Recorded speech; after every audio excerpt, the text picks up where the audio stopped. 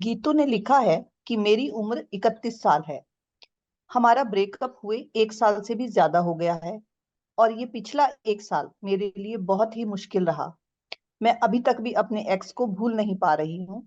मैं उसे बहुत मिस करती हूँ, जबकि ऐसा नहीं था कि उसका साथ मेरे लिए सुखद ही था। जी, तो ये जो तुम अपने पार्टनर को मिस करती हो, ये तुम्हारी समस्या नहीं है। ये तुम्हारी उम्र का लक्षण है। इसका मतलब तुम नॉर्मल इंसान हो। अगर कोई भी तुम्हारे जीवन में आए और फिर किसी भी वजह से निकल भी जाए और तुम्हें कोई फर्क ही ना पड़े, तो इस उम्र के लिए ये एबनॉर्मल बात होगी। तुम एक नॉर्मल इंसान हो जिसमें सेंसिटिविटी भी है, सेंसिबिलिटी भी है। तो ये होना नेचुरल है। और फिर एक पहलू ये भी है कि just because you miss someone doesn't mean you need back them in your life. Missing is a part of getting over. असल में गीतू का कहना है कि मुझे उसी के ख्याल और उसी के सपने आते रहते हैं, जिससे मैं परेशान हो चुकी हूँ। तो क्या कोई ऐसा तरीका नहीं है कि मुझे उसका ख्याल ही ना आए? ये तो तुम सोचती हो कि किसी तरह से उसकी याद ही ना आए तो मुझे दुख नहीं होगा। तुम्हारी नजर में यही सॉल्यूशन है, लेकिन असल में ये सॉल्यूशन नहीं है। सॉल्यूशन है इस सब को समझना कि हाँ, साथ था और अब साथ नहीं है, तो दुख तो होगा ही। और साथ क्यों छूटा? क्योंकि वो नहीं चाहता था। और वो क्यों नहीं चाहता था? क्योंकि रिश्तों में दिक्कत तो आ ही रही थी। ऐसा तो हो नहीं सकता कि रिश्ता एकदम बढ़िया चल रहा था और फिर भी टूट गया। रिश्ते में समस्याएं थी ही, इश्यूज तो थे ही। तो पहल उसने कर दी। और अगर ये मान लिया जाए कि वो था ही बेईमान, धोखेबाज, तो भी जितनी जल्दी उससे रिश्ता टूटे उतना अच्छा है। क्योंकि अब नहीं टूटता तो बाद में दिक्कतें आ सकती थी। जानती हूं कि तुम ये सब तो जानती हो और सोचती भी होगी ही।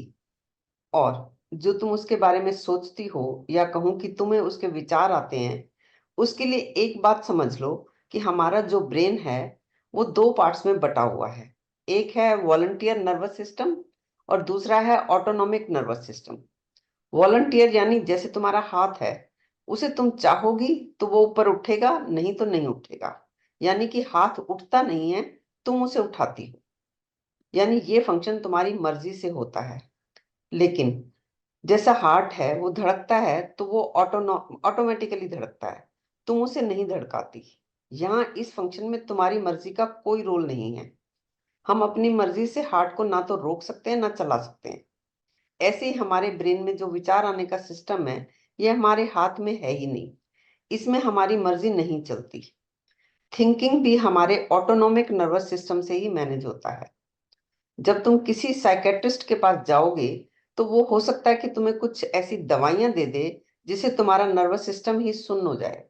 वो फिर तुम कुछ भी नहीं सोच पाओगी। तो सबसे पहले तो अपने आप को जज करना बंद करो कि तुम ही ज्यादा सोचती हो। इसके लिए तुम जिम्मेवार हो ही नहीं।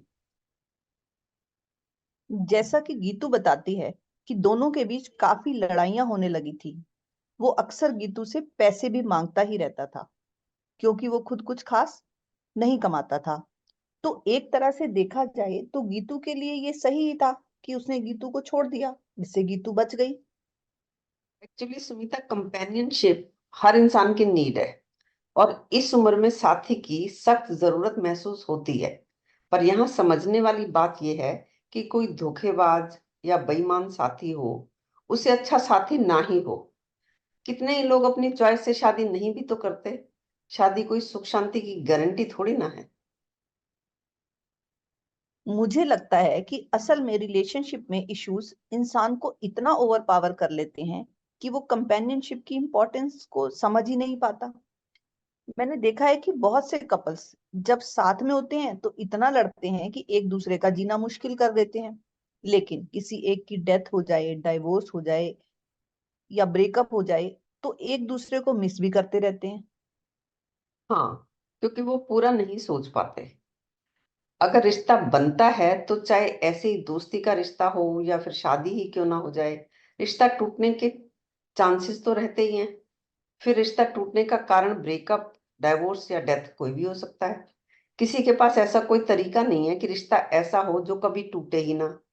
ये तो रिश्तों का स्वभाव है कि वो टूट भी सकता है। यहाँ इम्पोर्टेंट बात यह है कि ये जीवन का स्वभाव है कि जब तक तुम जिंदा हो तो घटनाएं घटेंगी ही। कब क्या होगा ये बताया नहीं जा सकता। तुम हर संभावना के लिए हो और हर संभावना तुम्हारे लिए है।